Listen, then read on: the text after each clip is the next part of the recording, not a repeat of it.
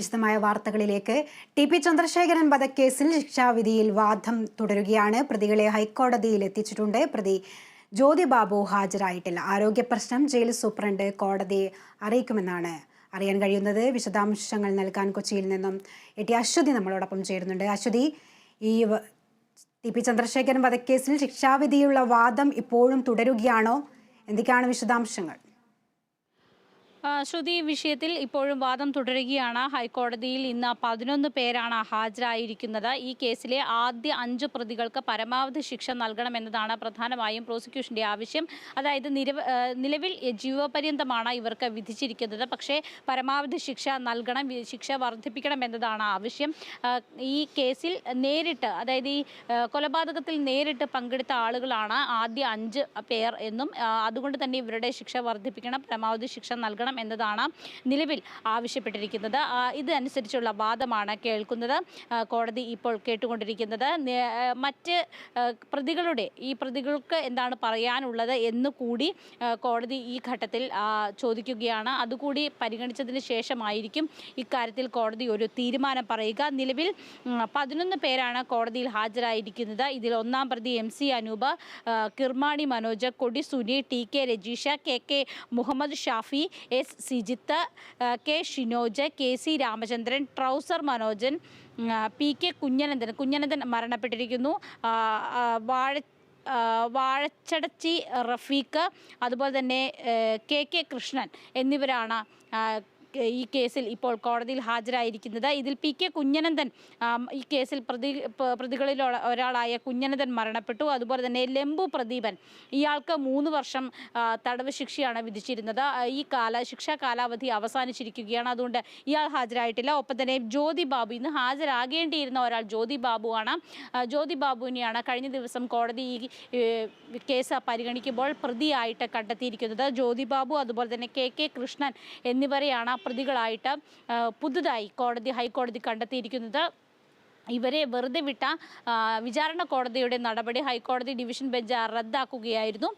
നിലവിൽ 2 പേരും കേസിലെ പ്രതികളാണ്. ഇവർക്ക് ഗൂഢാലോചനയിൽ പങ്കുണ്ട് എന്നതാണ് പ്രധാനമായും ഈ കേസിൽ കണ്ടെത്തിയിരിക്കുന്നത്. അതാണ് ഈ കേസിൽ ഉണ്ടായിട്ടുള്ള ഏറ്റവും അവസാനമായി ഉണ്ടായിട്ടുള്ള ചലനം. അതുകൊണ്ട് തന്നെ ഇവരുടെ ശിക്ഷാവിധിയും ഒരുപക്ഷെ ഇന്ന് വിധിക്കാനുള്ള ഒരു സാധ്യതയുണ്ട്. ഒപ്പം തന്നെ മറ്റ് പ്രതികളുടെ ശിക്ഷയിൽ വർധനവ് വേണമെന്നതാണ് ആവശ്യം. ഇതിൽ മറ്റൊരു പ്രധാനപ്പെട്ട കാര്യം ലെമ്പു പ്രദീപൻ്റെതാണ്. ലെമ്പു പ്രദീപന് 3 വർഷം തടവ് ശിക്ഷയാണ് ലഭിച്ചിരുന്നത്. ഇയാളുടെ ശിക്ഷാവിധി അവസാനിച്ചിട്ടുണ്ട്. അതുകൊണ്ട് തന്നെ ഇന്ന് ഹാജരാകാനായിട്ട് ഇയാളോട് നിർദ്ദേശിച്ചിട്ടില്ല.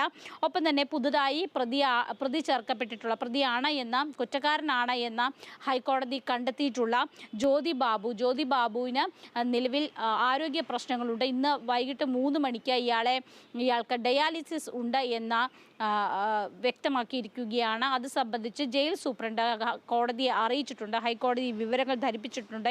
ഇതിൻ്റെ അടിസ്ഥാനത്തിൽ ഇയാൾ കോടതിയിൽ ഹാജരായിട്ടില്ല. മറ്റ് പ്രതികളെല്ലാവരും തന്നെ 11 പേരും ഇപ്പോൾ കോടതിയിൽ ഹാജരായിരിക്കുകയാണ്. ഈ വാദം നടന്നുകൊണ്ടിരിക്കുകയാണ്. ഈ ശിക്ഷാവിധിയിന്മേലുള്ള വാദമാണ് പ്രധാനമായും ഉള്ളത്. ഒപ്പം തന്നെ പുതുതായി കുറ്റക്കാരെന്ന് കണ്ടെത്തിയിരിക്കുന്ന 2 പേർക്കും ഈ ഘട്ടത്തിൽ കോടതി ഒരുപക്ഷെ ഇന്ന് ശിക്ഷ വിധിക്കാനുള്ള ഒരു സാധ്യത. പുതുതായി കണ്ടെത്തിയ ഈ 2 പ്രതികളുടെ തീരുമാനം ഇന്നുണ്ടാകുമെന്നുള്ള ഒരു സൂചനയായിരുന്നു നേരത്തെയൊക്കെ പുറത്തു വന്നിരുന്നത്. അപ്പോൾ ഈ ഹർജികൾ പ്രധാനമായിട്ടും ഇവർക്ക് എന്ത് ശിക്ഷ നൽകണമെന്നുള്ള ഒരു ആവശ്യമാണ് മുന്നോട്ട് വെച്ചിരിക്കുന്നത്?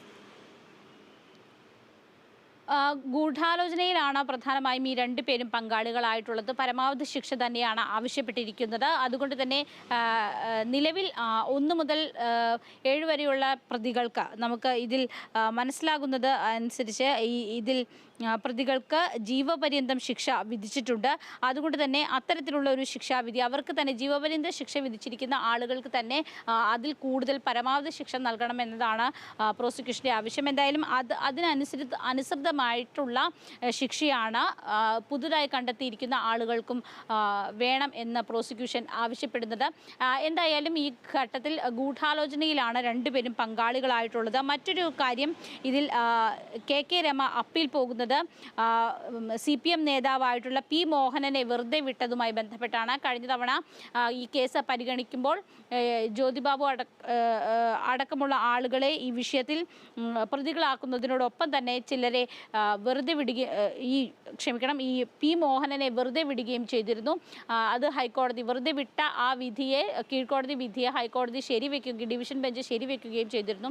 അക്കാര്യത്തിൽ അപ്പീൽ പോകുമെന്ന് KK രമ അറിയിച്ചിട്ടുണ്ട്. എന്തായാലും അത്തരം കാര്യങ്ങൾ അടുത്ത ദിവസങ്ങളിൽ ഉണ്ടാകും. നിലവിൽ ഈ പ്രതികളുമായി ഇപ്പം നിലവിലുള്ള 12 പേരുടെ